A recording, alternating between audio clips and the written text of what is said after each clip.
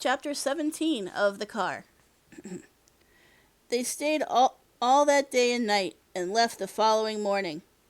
They cooked for him and made more coffee thick with sugar, and sat by the fire when he slept and next to him when he spoke.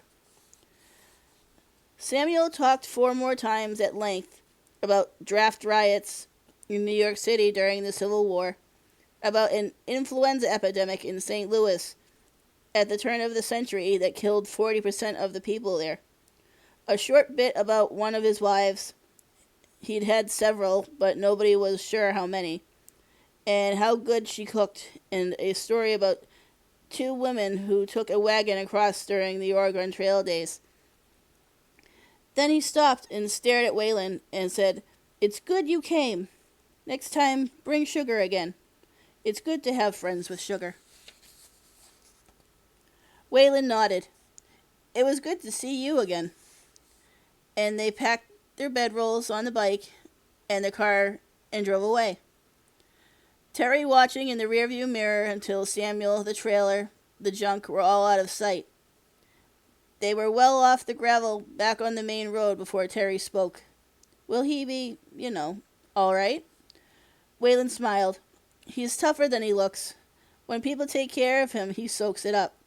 But when he's alone, he gets along all right. And I think somebody from the country comes out and checks on him now and again. And all that stuff that he says, that's all true?" "I don't know about all of it, but the things I checked on or know myself are dead right. There were draft riots, and a Sioux uprising, and a Dust Bowl, and a flu epidemic in St. Louis. All those things happened. I don't know about his wives or the 2 women who took a wagon to Oregon, but I bet it's right." They came out to the highway then, and Wayne, who had been riding Baby ahead of them, dropped back alongside and signaled them to stop. "Whose turn?" "What?" Terry thought. Wayne was talking to him, but when he looked, he saw that Wayne was looking across, smiling at Waylon. "I guess mine," Waylon said. "Then Terry's. What are you guys talking about?" Wayne laughed. "Trucking. You take turns deciding where to go. When? All of it. So I was the one who decided to visit Samuel. It's somebody else's turn now." "Mine," Waylon said, "unless you want it." Terry shook his head. "No, I don't know for sure what I'm doing yet." Wayne laughed, cracking the throttle on Baby, letting the pipes burble. "That's it, man. None of us know what we're doing. Never have, never will. I don't mean nothing. It don't mean nothing." Terry looked to Waylon. "So, what do we do?" Waylon thought a minute, then smiled up at Wayne. "We're in South Dakota, right?" Wayne nodded. "Then it has to be Deadwood." Waylon shrugged. If it's South Dakota, it has to be Deadwood. That's where the action is." "West it is," Wayne said, kicking Baby into gear and heading onto the road. Terry shifted. He drove the cat automatically now, completely without thinking. It was becoming an extension of him. The steering, the sound of the motor, the feel of the tires on the road, all of it a part of him. And he wondered if Wayne had been right. If he was a natural, maybe he ought to think about that, about doing something with cars, motors. It was still early in the morning, and as Wayne found a highway going west, Terry followed, matching the bike speed just at 60. He glanced at Waylon out of the corner of his eye, wanted to ask him how far it was to Deadwood. But Waylon was reading, hunkered down with a paperback volume of Shakespeare, frowning while he read. And Terry didn't want to interrupt him. There was an atlas behind the seat, or in the side pocket, he couldn't remember which, and he could look it up himself. But he decided against it.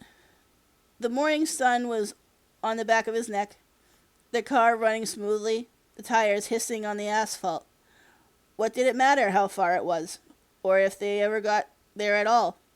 What was Deadwood anyway? Just a place, he thought, another place. A meadowlark sang next to the car as it passed, and as soon as one did, it seemed dozens of them cut loose. Fence post after fence post had a meadowlark sitting on it, or so it appeared, and as the cat passed them, they all sang. It's like a chorus, isn't it? Terry jumped at the voice and turned to see Waylon looking at him. The meadowlarks, Waylon said. Pretty, aren't they? Terry nodded and Waylon went back to his book, but the silence had been broken. You read that a lot, don't you? Waylon looked up again. Shakespeare? Yeah, all the time. How come? Because he's absolutely, without a doubt, completely and far away the best writer of the English language who ever lived. Really? Totally. If you want to learn, you study winners. You study the best. And I want to learn. You do? Terry veered slightly around a crack in the road, following Wayne's move ahead of him. That's hard to believe. Why? I sort of figured you and Wayne kind of knew it all. Wayne snorted, then laughed. Know it all? Hell, we don't know anything. We're still trying to figure out the basics, like what we ought to be when we grow up. But you're old? Yeah, I know. But that's what I mean. We don't have a clue. I know a guy lives in Los Angeles, my age plus a little, maybe 46, 7, just decided he wants to be a doctor. So he's going to school, studying, taking all the courses. Thing is, by the time he's done, he'll be too old to start practicing. Then why do it? Because that's what he wants to be. He finally worked it out. Waylon laughed. I haven't even gotten that far. Know it all. Oh man, that's good. Wayne will love that. He opened the Shakespeare book again and started to read. And Terry went back to driving, wondering if he should decide on what to be when he grew up now, so he wouldn't still be thinking of it in 30, 40 years. Deadwood, Terry found, was on the western end of South Dakota. They had started on the eastern end of South Dakota, so they had to drive end to end across the state, which would normally take between 6 and 7 hours, or a bit less if they had held the speed. That would be normal driving on the highway, but Waylon signaled Wayne over to the side and insisted they take back roads, side highways, country roads. You'll see more, he said, as Terry followed Wayne through small towns and farms that gave way to ranches.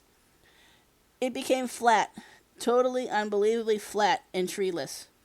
At first, Terry didn't like it, but soon he found himself drawn to the horizon, pulled into going ahead, seeing ahead, being ahead, and he started liking the huge sky and the wide open feel of the country. Once when they stopped for gas, he looked at the atlas and saw a park marked Badlands. What does that mean, Badlands? He asked Waylon. Rough country.